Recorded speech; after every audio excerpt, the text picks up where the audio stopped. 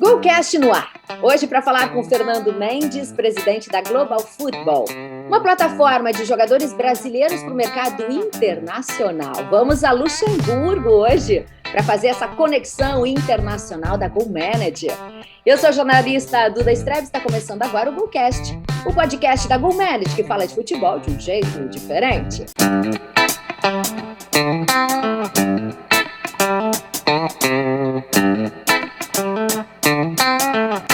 E agora é hora de apresentar a nossa turma, hoje com o presidente da Go Manager, Luiz Henrique Nunes, e temos o prazer de ter o nosso diretor hoje participando desse debate, José Pedro Villa-Lobos. E agora nós vamos a Luxemburgo, nessa conexão internacional. Tudo bem com você, Fernando? Seja muito bem-vindo ao Golcast. Olá, Eduarda. Olá, Luís. Olá, José. Está tudo muito bem, obrigado. Um pouco preocupado, como estão todos os europeus do centro da Europa, pelo menos, com esta pandemia ou pseudopandemia. Nós não sabemos muito bem o que anda aí, que nos está a condicionar. Por outro lado, esta pandemia trouxe-nos este mundo virtual, este manancial extraordinário que é o mundo virtual e que me trouxe até vocês, que é um prazer. Foi uma enorme surpresa criada pelo Norton. Obrigado, Norton, um grande abraço para ti e que as férias sejam excelentes. Eu deveria estar de férias também, deveria estar de férias nesta altura, porque é praticamente a única altura do ano em que eu faço férias, em que vou para a Suíça, e pelo segundo ano consecutivo tenho que ficar no Luxemburgo. Enfim, porque estamos demasiadamente condicionados. E como eu dizia, muito obrigado pelo convite, é um prazer enorme e espero de facto estar à altura desta ilustre turma que eu tenho aqui diante de mim, que é fantástico. Que maravilha! Só esse sotaque português já é uma delícia, né? Está em casa, Fernando, fica bem à vontade.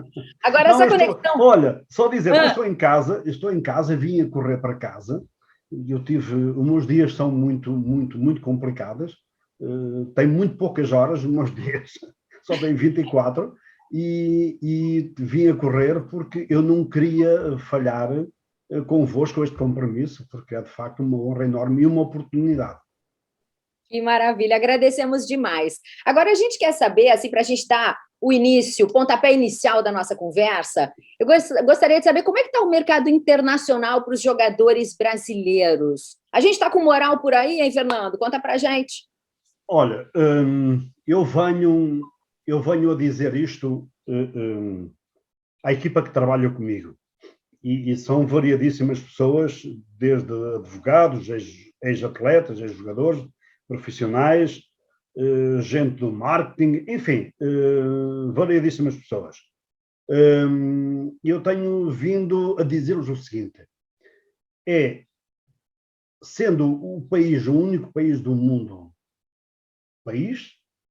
que é um continente, mas sendo o único país do mundo que é pentacampeão do mundo, eu não entendo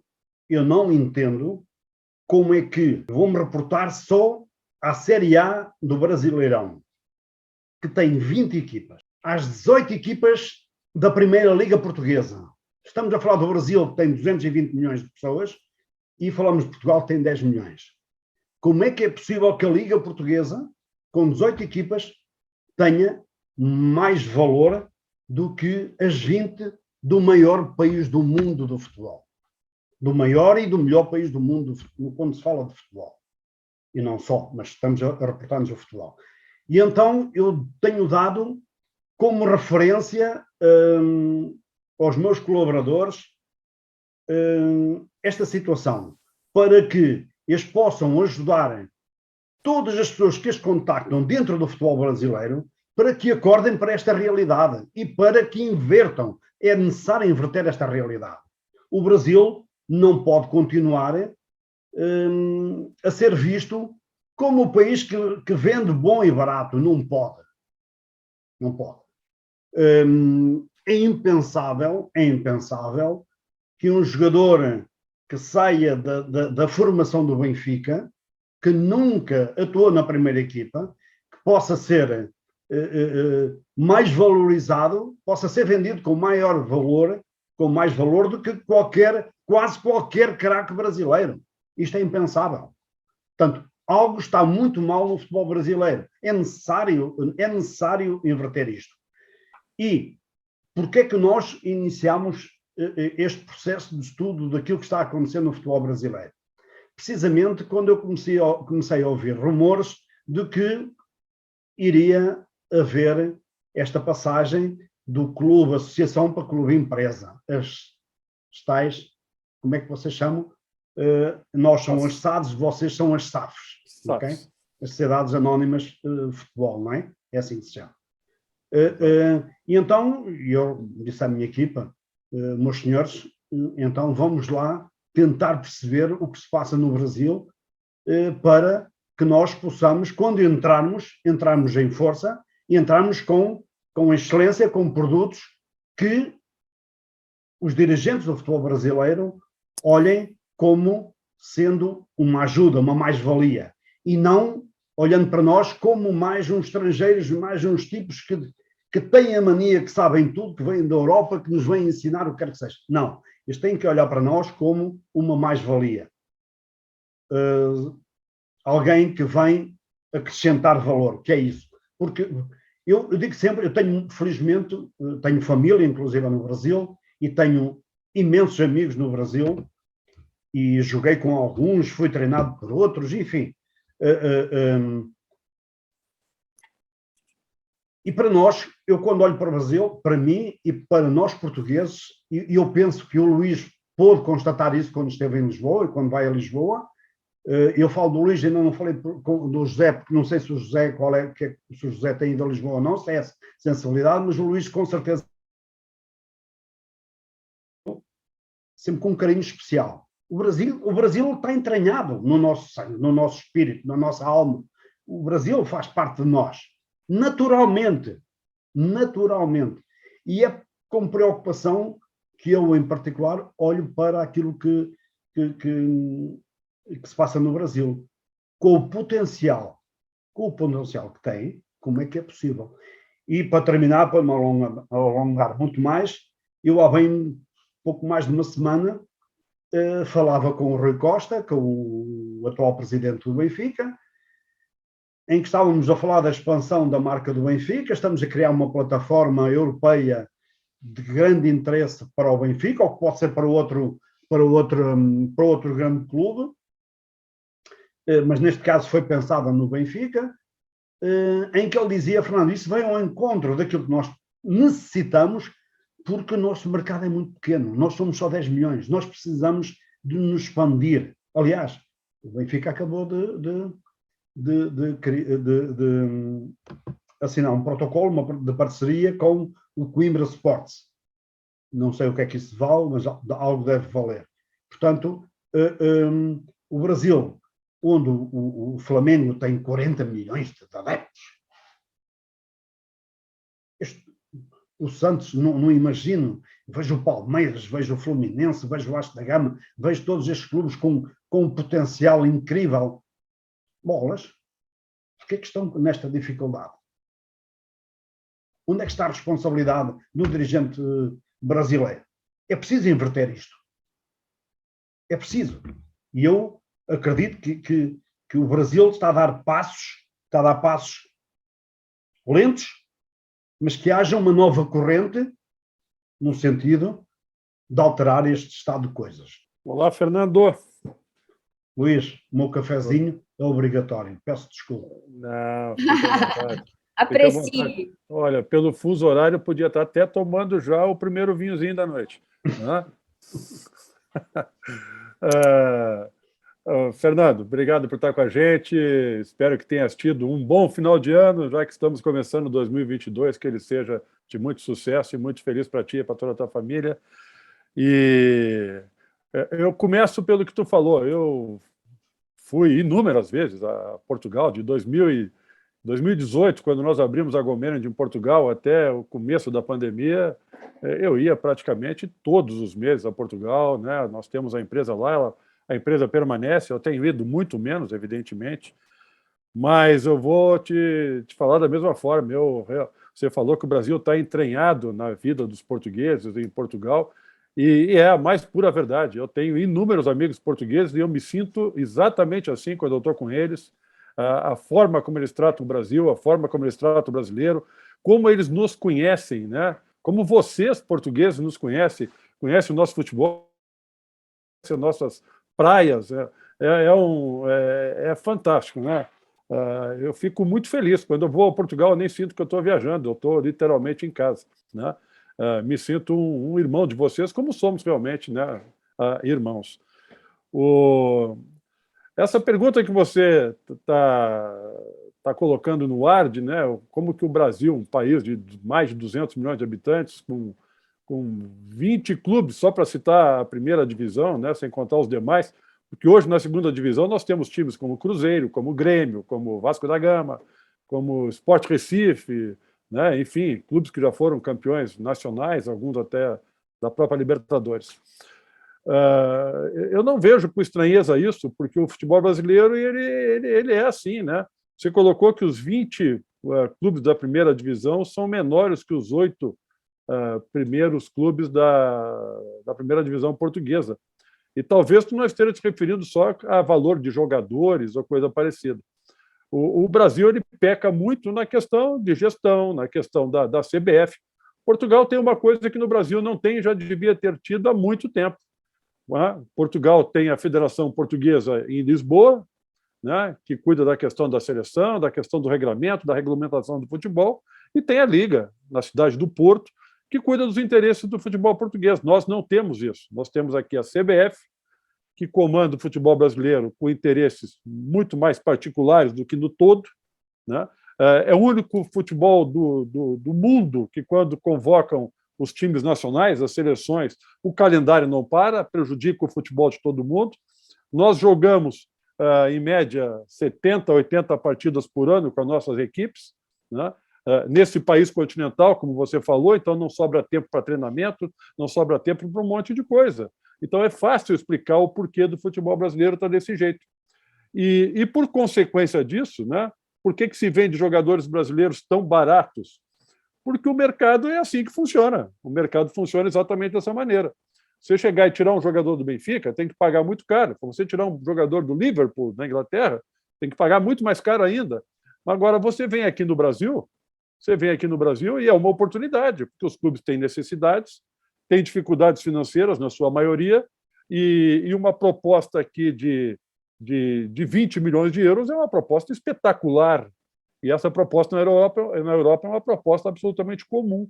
É fácil. O dia que o futebol brasileiro cuidar dele mesmo, se valorizar, tiver campeonatos melhores, ter clubes mais bem geridos, mais profissionais, talvez a sociedade anônima ajude e venha para ajudar isso, a gente possa chegar mais perto um pouco do futebol europeu. Mas ainda estamos muito distantes, e esta é a explicação que eu gostaria de te dar de o porquê que o futebol brasileiro está aí.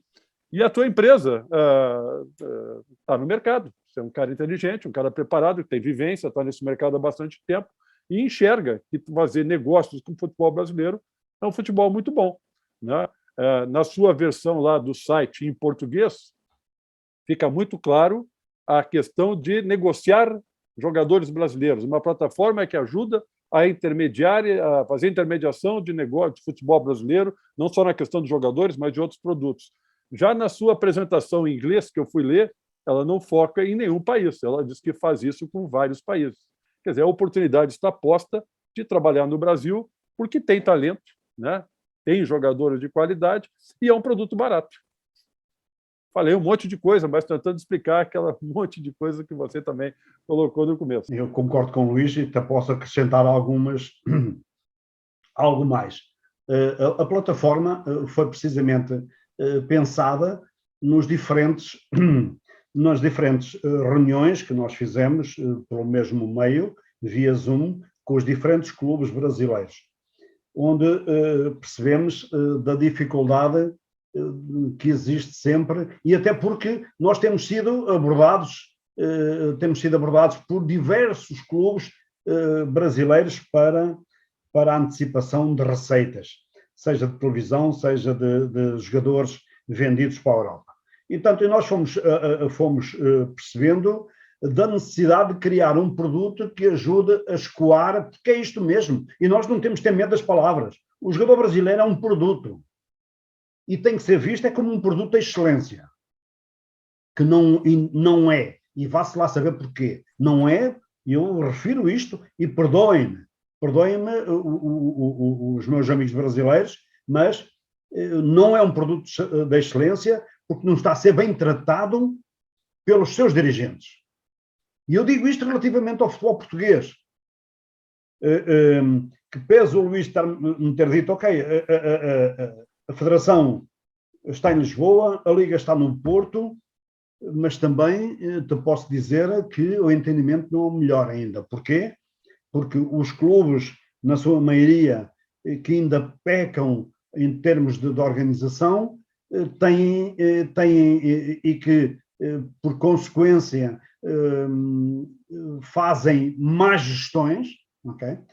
Têm sempre uma palavra a dizer. E isto tem, ok, é democrata, mas não ajuda quando nós queremos ter um produto de excelência. E Luís, quando tu vens a Portugal, tu vês a forma estranha e horrível como a comunicação social trata o futebol. E eu costumo ver um dos programas brasileiros sobre o futebol, e posso dizer o seguinte: tomaram-nos nós em Portugal ter esta qualidade de debate que vocês têm quando se fala de futebol. Ok? Mas voltando à plataforma, nós percebemos na conversa com os clubes que era necessário um produto que ajudasse a escoar os jogadores. E da Série A à Série D, inclusive. Porque quando nós vamos dar a volta ao mundo e quando vamos olhar as estatísticas, os jogadores brasileiros estão em todo lado. Onde há uma bola a saltitar, onde há um clube, há um brasileiro a jogar. Isto é absolutamente extraordinário. Aliás, conta-se uma anedota sobre os portugueses, de quando os americanos chegaram à Lua, já estava lá uma bandeira portuguesa, uma terra de batatas plantada e um garrafão de vinho. Isto é verdade. Conta-se esta anedota, que é giríssima, porque onde haja trabalho, os portugueses estão. Onde haja futebol, estão os brasileiros. E Portugal tem vindo a aprender, embora de forma lenta, tem vindo a aprender. E eu não me vou desviar da plataforma. Eu realmente tenho tanta coisa para dizer, que gostaria de dizer sobre futebol brasileiro, que posso me perder um pouco e vocês têm que me ir buscar, se não se importa. Fernando, olá, tudo bem? Olá. José Pedro, eu falo de Porto Alegre, aqui no sul do Brasil, próximo à Argentina. Estamos aqui, eu e a Eduarda. Eu gostaria de seguir também falando com você sobre a plataforma da Global Football, porque vejo que um dos serviços oferecidos por vocês tem a ver com gestão de imagem. Eu sou uma pessoa de comunicação, eu sou jornalista, esse é o assunto que mais me interessa, ou um dos que mais me interessam em relação a esse trâmite todo que envolve o deslocamento de um jogador de um país para outro, uma mudança de cultura, uma mudança de ambiente. Eu lhe pergunto o seguinte: você disse onde há um campo de futebol, há um jogador brasileiro. Pelo que nós ficamos sabendo, infelizmente, nem sempre deixando boa imagem. Muitas vezes por questão de comportamento, muitas vezes porque não sabem se relacionar, e principalmente nos últimos anos, em função deste fenômeno das redes sociais. A pergunta é: como se faz gestão de imagem hoje em dia para um jogador que muitas vezes não tem aquela base cultural e mesmo educacional para saber se comportar num mercado que é mais sério? Nós brasileiros muitas vezes somos informais, tratamos tudo com muito humor, né? Mas que peca um pouco na seriedade, peca um pouco no cuidado com a própria imagem. Por favor. Sim, nós tivemos esse cuidado. Nós trabalhamos muito em parceria. Temos parcerias com diversas empresas. E a primeira, quando pensámos na plataforma, a primeira em que pensámos, a primeira parceria foi com uma empresa alemã, que tem como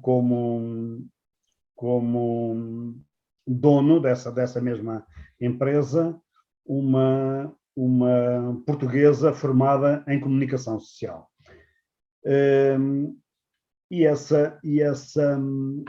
E porquê a Alemanha? Porque a questão da comunicação, como tu estavas a dizer. E este foi o primeiro pensamento. Ora, vem um jogador do Brasil para a Alemanha, há uma barreira enorme. Nem toda a gente fala inglês, nem no Brasil, nem na Alemanha. Na Alemanha é mais fácil que os alemães falem inglês. Mas no Brasil não. E nós sabemos que é assim. Esta é uma realidade que nós não temos de ter medo de falar dela. E a língua é a primeira barreira. É a primeira barreira. Porque tu chegas, porque um atleta, e eu tenho essa experiência porque levei jogadores para a França, levei jogadores para a Turquia, levei jogadores para a Roménia, levei jogadores para a Grécia, levei jogadores para a Inglaterra, levei jogadores um pouco por todo lado.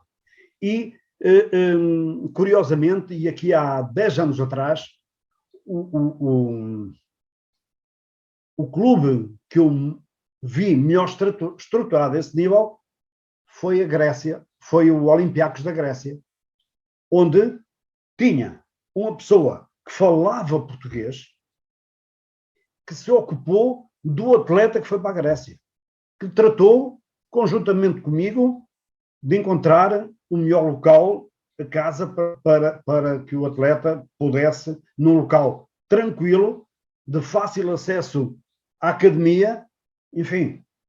Fomos ver a escola para os miúdos, fomos tratar imediatamente tudo o que se relacionava com impostos, porque esta é uma questão que é complexa, bastante complexa. Enfim, essa foi a minha primeira grande aprendizagem há 10 anos atrás, em que, quer na Axis Ten, que era a minha empresa, quer depois na Global Football, nós decidimos que estes serviços obrigatoriamente tinham que fazer parte, porque este é o primeiro passo para que um atleta possa ter sucesso. É ele ter a sua cabeça tranquila, a sua mente livre para fazer aquilo para o qual foi contratado e tão bem pago é. Okay? Essa é uma preocupação. Portanto, depois começaram a aparecer as redes sociais. Okay? Nós, por exemplo, fomos abordados para tratar do Ricardinho, que é o jogador de futsal, que é o grande rival do Falcão, aliás, e conseguiu ultrapassá-lo em termos de nomeação do melhor jogador do mundo. E quando nós, na segunda reunião em Madrid com o Ricardinho, nos apercebemos de que a organização dele era demasiado, não era controlável, tinha pessoas à volta dele, desde da contabilidade, desde a gestão de imagem, desde a gestão inclusive as redes sociais, etc., que era demasiadamente frágil, porque era com base nos amigos. Isto levou-nos imediatamente a pensar também, senão nós temos que profissionalizar, nós não queremos uma estrutura pesada, vamos à procura dos melhores players do mercado para trabalharem connosco, para fazerem este tipo de situações. Ou seja, um jogador que sai do Brasil, que vá para a Coreia, que é onde temos já vários clubes interessados em trabalhar com a plataforma, devido às más experiências que eles têm com os agentes quando se trata da venda de atletas. E eu depois posso falar nisso se entenderem. Temos da Turquia exatamente pelo mesmo problema. E nós, porque há sempre um problema, Zé Pedro. O jogador vai para a Turquia, vai para o Canadá, vai para a China, por onde quer que vá, ele vai encontrar uma realidade completamente distinta daquela que ele vive, culturalmente diferente. E então tem que haver uma equipa de profissionais que cuida desta situação. Se ele for casado, que leve a sua esposa, que vá mostrar à esposa onde é a escola para os seus filhotes, como tudo funciona, que leve a sua esposa a passear, a ir às compras, etc., que estão num meio ambiente que não é o deles, numa cultura que não é deles. É preciso mostrar-lhe como é que funciona a cozinha local, etc. Tudo isso são preocupações que nós temos dentro da plataforma para que os atletas possam sair e possam vingar, possam ter sucesso. Se nós não tivermos essa preocupação, porque não é só a imagem, é evidente que depois estamos a falar de clubes da Série A, de atletas da Série A, estamos a falar também, podemos estar a falar de atletas da Série D. E é evidente que os atletas de Série D são os que sempre mais sofrem, quanto mais baixo é o escalão, mais sofrem. No entanto, nós temos previsto uma equipa que vai trabalhar com o clube que recruta, no sentido de minimizar ao máximo todas aquelas situações que possam interferir naquela situação que é evitar aquela má imagem que o jogador brasileiro tem na maioria das vezes. Portanto, nós temos essa percepção e queremos minimizá-la ao máximo. Agora, como é que isto se faz? E este é o primeiro óbice. O Zé Pedro, o Luís e a Eduarda, são de facto os agentes. Porque os agentes ainda têm medo de perderem o controle. E a maioria deles não tem a preparação para terem um atleta a ganhar 100 mil libras por semana ou 200 mil libras por semana. Não tem. E como têm medo, eu falo isto porque tive essa experiência. Eu tive essas experiências de jogadores que poderíamos ter levado para outros campeonatos com outro nível de salários, em que os agentes, pura e simplesmente, fizeram tudo para que isso não acontecesse e não aconteceu, prejudicando literalmente a carreira dos atletas, porque estavam a pensar neles, porque tinham medo de perder o controle da situação e perder os jogadores. Portanto, isto são temas muito sensíveis e que nós não podemos deixar de falar. Não podemos deixar de o fazer sob pena de continuarmos... Isto é transversal ao futebol mundial, embora nós sabemos a Alemanha e a Suécia, os países nórdicos, a Alemanha, a Inglaterra, a Espanha já começou a fazer isso, a Itália começam, como Portugal, principalmente nos principais clubes portugueses, mesmo qualquer clube hoje na formação, porque em Portugal, felizmente, tem muita mão de obra qualificada para trabalhar mesmo nos pequenos clubes, que vai dando uma visão completamente e uma preparação completamente diferente aos jogadores, aos atletas. Portanto, isto são temas que são muito sensíveis, mas que se nós não falarmos neles, corremos o risco de os manter. Porque há um dado que é extremamente importante. Se vocês forem ver as estatísticas, e são da FIFA, não são minhas, das transferências a nível mundial do 2020-2021, só 30% é que foram efetuadas por intermediários credenciados. Só 30%. E o Brasil, em média, e está 10, 15 anos esta parte, tem entre 20% e 25%. E isto não é bom. Não é bom por diversas razões, que depois podemos discutir se vocês quiserem. Zé Pedro, eu não sei se respondi à tua questão ou não, mas esta questão da comunicação é determinante. É determinante. Até te vou dizer mais. Nós estamos a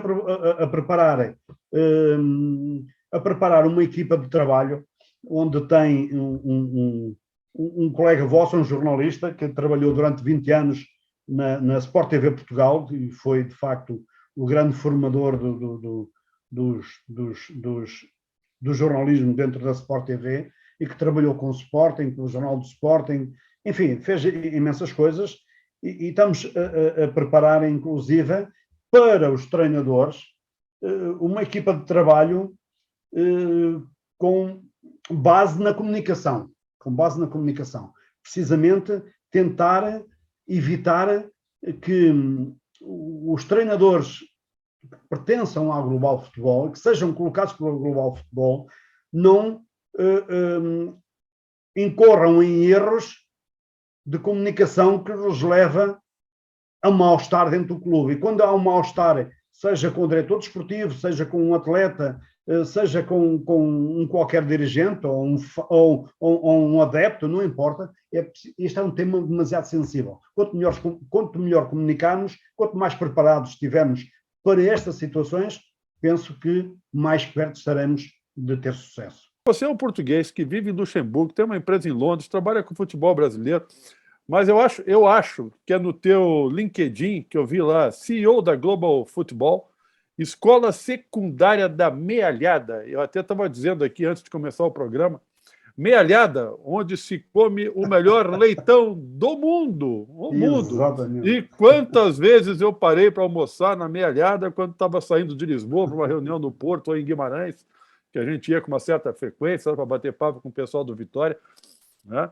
Eu disse, o melhor leitão do mundo. Mas, Fernando, você estava falando dessa questão, né?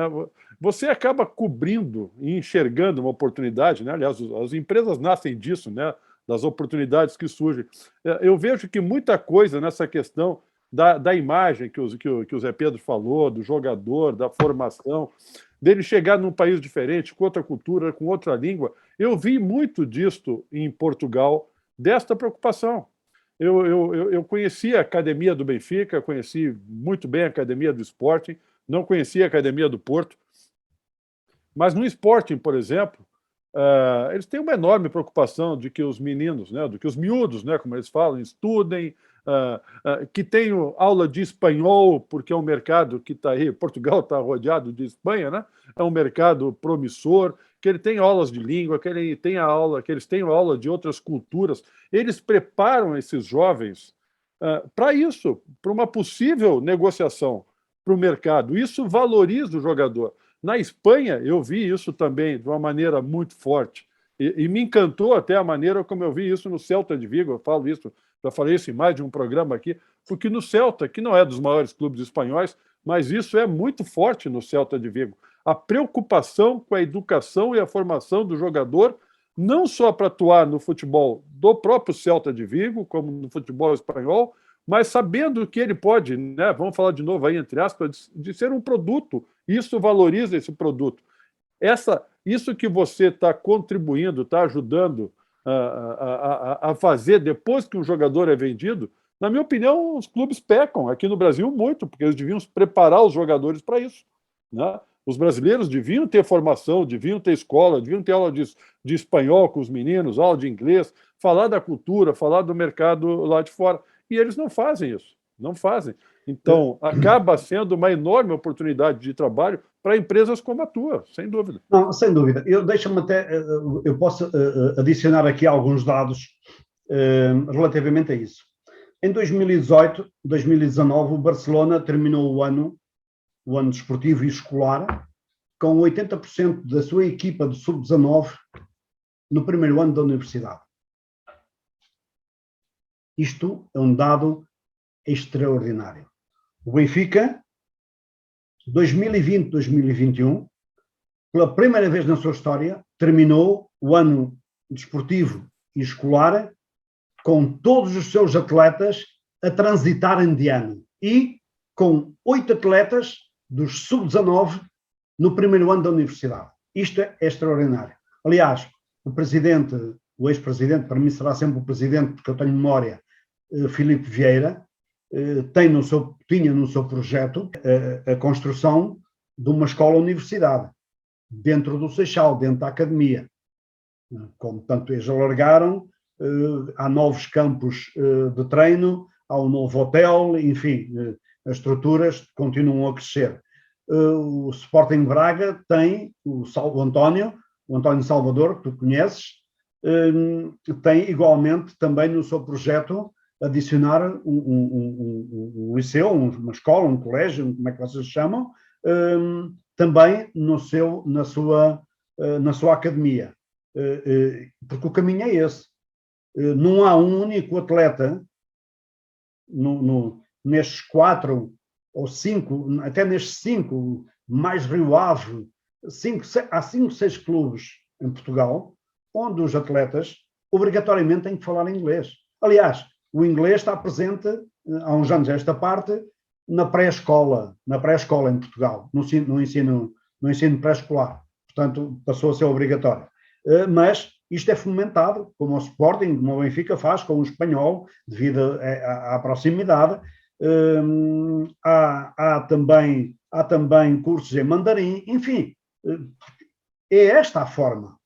E se vocês, Luís, tu passas muito tempo em Portugal, se tu podes vê-lo através do streaming ou do IPTV, não importa, o canal do Sporting ou do Benfica ou do Porto, ou quando dos jogos das suas equipas mais jovens, em que no final, quando eles são interpelados, são para responder às questões dos jornalistas, a facilidade ou a vontade com que eles já se dirigem para as câmaras, para os microfones, etc, etc. Todo esse é um trabalho que é feito. Zé Pedro, este é o tal trabalho de bem comunicar, também vem por aí. Muito preparados. E esses números dizem muita coisa. De novo, a gente vai falar aqui no Golcast sobre educação. Essa preparação que o Fernando fala, e Luís, tu deve ter ficado arrepiado quando falou aí do ensino dentro do clube, a universidade. Não te lembra alguma coisa, não? Não, me lembro, eu acho que não faz mal nenhum contar isso aqui no nosso programa. Isso foi no começo do ano passado, e logo depois teve a reeleição do Benfica, e depois a saída do Luiz Felipe, né? Uma das últimas reuniões que nós tivemos com o presidente do Benfica e também com o CEO, é o Domingos Soares, né? Domingos Soares Oliveira. Domingos Soares Oliveira. Nós apresentamos para o presidente e para o Domingos um projeto, que é o carro-chefe aqui da nossa empresa, que é a criação de uma universidade corporativa, que é a criação de universidades corporativas para clubes de futebol. E nós apresentamos isso para o presidente, né? Foi até no almoço na academia, nós estávamos lá, almoçamos com ele na academia, e ele gostou tanto que no mesmo dia nós estivemos com o Domingos Soares e depois com ele novamente, que é para criar a Universidade Corporativa do Benfica. E o que é uma universidade corporativa? É muito mais do que esse projeto. Nós discutimos esse projeto com ele da escola do Benfica, da Universidade do Benfica. Ele, inclusive, tinha parceiros até para fazer isso. Eu disse, presidente, a universidade corporativa é muito mais do que isso, porque, como o nome diz, ela é corporativa. Ela vem para atender as necessidades daquela corporação. No caso, para atender as necessidades do Benfica, de acordo com os processos, os projetos do Benfica, formando não só novos dirigentes, abrindo essa escola para adeptos do Benfica, mas também para os colaboradores atuais do Benfica, visando a excelência da gestão, né? Então, nós apresentamos ali, aquilo é uma fonte nova de receita, de visibilidade, de deixar um legado, e nós falamos isso para o presidente, o senhor está aqui há 16 anos, ele ia para mais um mandato de mais 4, né? O senhor, ao final dos 20 anos, infelizmente não completou, né? O senhor tem que deixar um legado, o senhor tem que deixar uma história, né? Falamos isso no Porto também, que o Pinto da Costa está há mais tempo ainda na presidência do clube, né? Enfim, esse era um projeto de educação. A gente falou tanto aqui da questão da educação dos jogadores, né, dos miúdos, dos meninos, dos jovens, mas a culpa não é deles, a culpa são dos dirigentes. Nós temos que formar, talvez, os dirigentes, até para que eles entendam, entre outras coisas, que eles precisam formar os jovens, precisam ensinar os jovens e precisam ver os clubes de uma maneira diferente, né? Isso é uma colocação que a gente faz, a Eduarda aí me provocou, eu lhe contei, mas eu ia tocar no outro ponto, porque nós já estamos aí perto de quase 50 minutos do nosso programa. Nós tivemos aqui, né, ainda temos, né, na verdade, o Jorge Jesus passou por aqui, né, com enorme sucesso pelo Flamengo, foi campeão da Libertadores. Aliás, os portugueses são tricampeões da América, porque o campeonato do Jorge Jesus no Flamengo e o Abel Ferreira agora com o bicampeonato no Palmeiras. Isso, de certa forma, eu acredito que também ajude a a mostrar a imagem do jogador brasileiro, do futebol brasileiro, de uma maneira diferente em Portugal, né?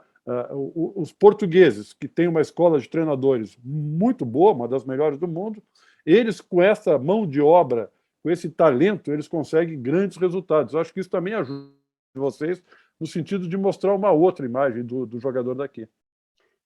Sabes, Luís, nós aprendemos imenso.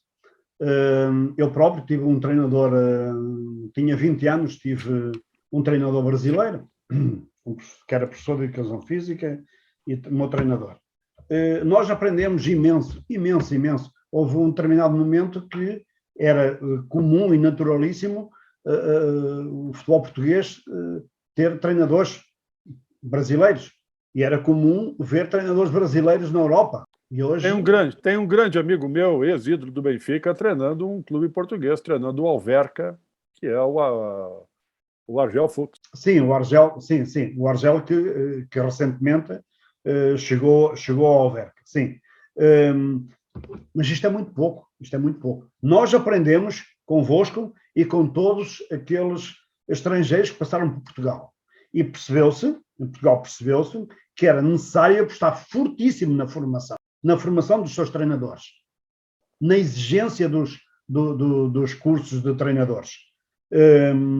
E conjuntamente com o IPDJ, como tu sabes, né, com o Instituto Português da Juventude, foi feito, conjuntamente com a Federação, tem sido feito um trabalho enorme, não só com os treinadores ao nível da exigência da sua formação, mas também com os dirigentes, porque com os diretores esportivos, enfim, essa formação é permanente em Portugal, depois também em parceria com as universidades, com gente bem colocada no mercado, com grandes experiências, etc. Aquilo que está a ser feito em Portugal é absolutamente extraordinário. Eu posso dizer, eu conheço muito bem a Europa, porque eu próprio, posso-vos dizer, eu trabalhei 7 anos como scout, com o Benfica e com o City, com o PSV Eindhoven, com o Basel da Suíça, com o Metz da França, com o Zulte Waregem da Bélgica, etc. E posso-vos dizer que eu ainda não vi um país a trabalhar como Portugal nessa matéria. Com exceção da Espanha, porque penso que a Espanha é de facto um caso à parte, é um caso extraordinário em termos do nível de formação e de exigência seja para com os treinadores, seja para com os seus dirigentes.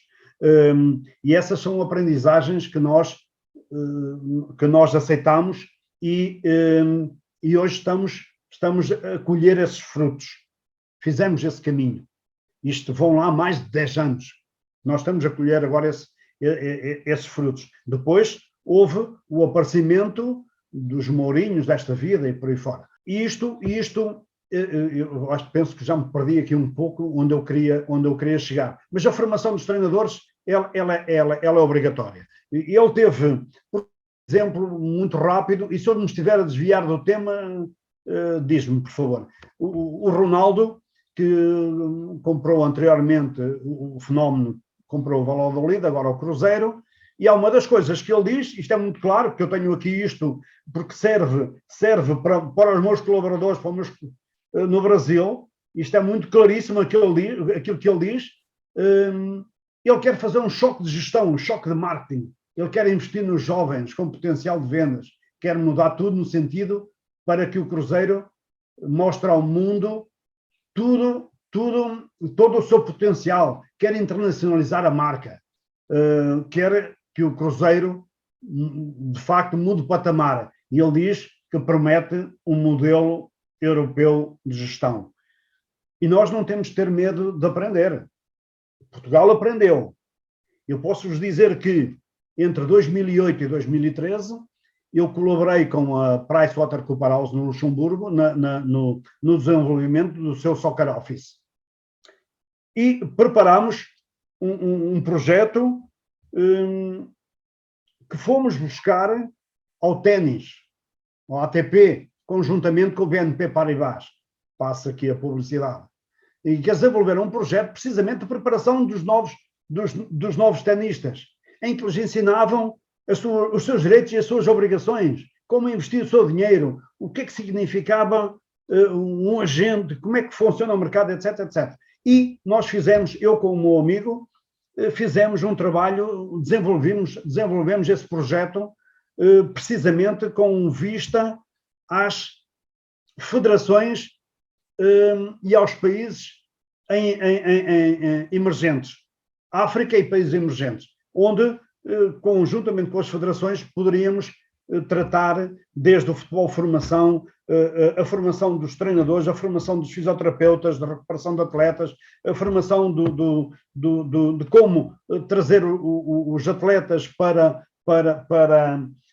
um mundo que não fosse só o futebol, prepará-los porque o Benfica tem 300 atletas, 400, 500, não sei quantos tem, ou o Santos, não sei quantos é que tem, deve ter 1000, 2000, não faço a mínima ideia, e eles não saem todos para as grandes equipas. Alguns deles têm que sair para o mercado de trabalho. Aliás, o Basel, na Suíça, faz isso muito bem. Portanto, nós tínhamos formação de árbitros, formação de dirigentes, etc. Tínhamos isso tudo muito bem preparado. Esse trabalho era fantástico e que hoje, posso-vos dizer, que um colaborador meu que hoje está na FIFA, e digo isto porque estou à vontade, porque tenho provas do que vou dizer, esse projeto foi agarraram nele, e que eu emprestei-o, nunca mais me devolveram, e houve uma federação europeia que agarrou no projeto e o desenvolveu dentro da sua própria federação. Não vou aqui falar em nomes, mas isso aconteceu. Ou seja, o trabalho tem que ser esse. Luís, há um trabalho enorme quando falamos de formação para que depois esses atletas, quando entram na plataforma, na nossa plataforma, para seguirem para o mundo, possam fazer o mais bem preparados possível. Seja dentro da plataforma, seja fora da plataforma. É necessário, porque todo miúdo brasileiro que joga futebol tem, como qualquer miúdo português que joga futebol, tem como objetivo sair para a Europa, para os grandes clubes. E será que nós estamos a prepará-los convenientemente para que isso possa acontecer? Fernando, eu acho que a resposta é: alguns estão preparando mais ou menos, outros não estão preparando. Eu acho que no Brasil a resposta mais adequada seria não estamos preparando, né? A gente prepara aquilo que o futebol brasileiro tem de dom, aquilo que já nasce com o menino, que é o talento.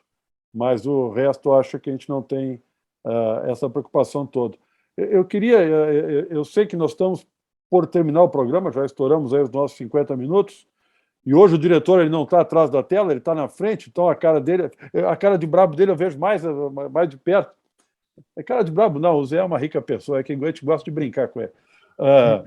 Mas uma única pergunta, lá no comecinho você falou do trabalho, você está de olho aqui na questão das oportunidades que tem também com as SAFs, né, Sociedade Anônimas do Futebol, aqui no Brasil, fez uma pequena comparação com as SADs, né, portuguesas, né? A gente sabe que quando se trata de uma sociedade anônima, envolve alguma coisa além do futebol, que são as leis dos países. Portugal tem as suas leis, né, aquilo que rege as suas SAs, assim como no Brasil também, né? Mas você citou aí produtos que podem ajudar, sendo de mais-valia, para colaborar com a criação das SAFs no Brasil. E eu fiquei curioso de saber que produtos são esses, o que você pode trazer de experiência ou algo que você tem e oferece na sua empresa como consultora, alguma coisa assim, para a criação das SAFs no Brasil, até aproveitando isso, que deve ser agora um boom aí, até como tendo aí a questão do Ronaldo como exemplo. Não, eu queria, antes de chegar aí, nós preparámos a Global Football Business Consulting, ok? Que envolve a estratégia, o planeamento, os investimentos, enfim, sobre várias áreas, que é extremamente importante, para podermos e fomos mais uma vez desenvolver este trabalho com uma equipa de gente bem preparada, gente do futebol de alta competição, gente do direito desportivo, gente da economia pura, que entende o fenómeno do futebol. Nós temos uma equipa muito forte para essa questão. Mas eu queria só, porque eu sei que o tempo que é enorme, eu falo imenso,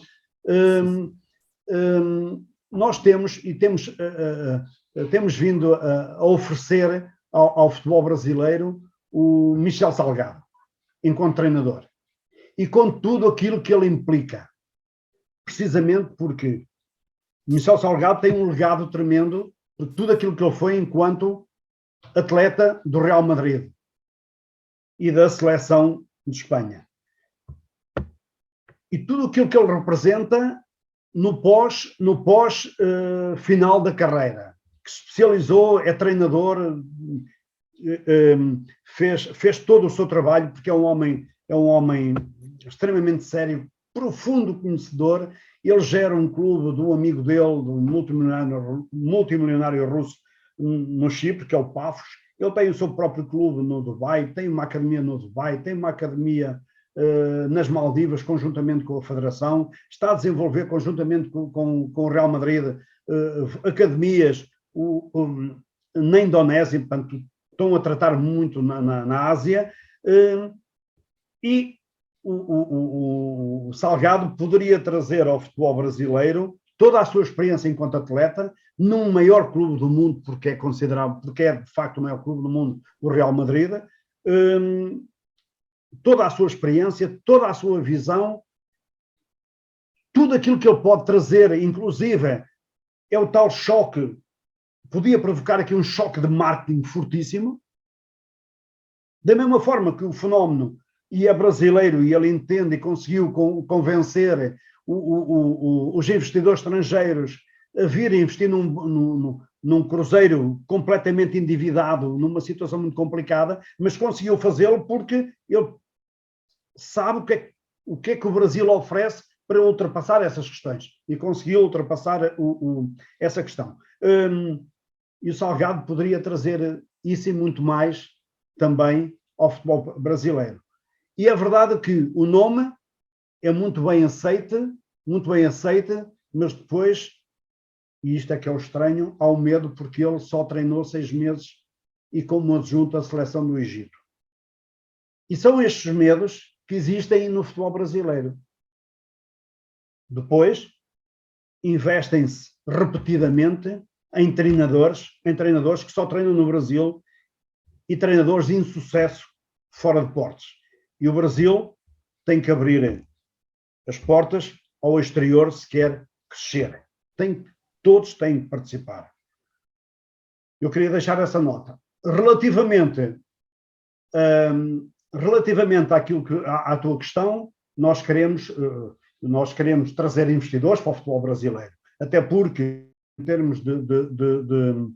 em termos políticos, vive uma determinada acalmia, não sei se ela é permanente, se vai manter ou não, e isto é, como vocês sabem, isto é determinante para os investidores. Nós podemos trazer investidores, nós queremos promover as relações institucionais, desenvolvendo o branding dos clubes brasileiros no mundo, a tal comunicação, como o Zé estava a questionar, a comunicação posterior da parte dos clubes, a melhor preparação com base naquela que é a experiência europeia, uma melhor preparação para os seus agentes esportivos, para o funding, para o sponsorship, enfim, há toda para desenvolver a sustentabilidade, o equilíbrio financeiro, o endividamento, a parte legal, desde a transição dos clubes, a associação para clubes e empresas, através da governança, portanto, a identificação do modelo de gestão privada do futebol, o benchmark europeu, enfim, a sustentabilidade das SAFs, porque elas dependem sempre do recrutamento e valorização e exportação dos seus ativos, caso contrário isto não funciona, e nós podemos fazer isto com base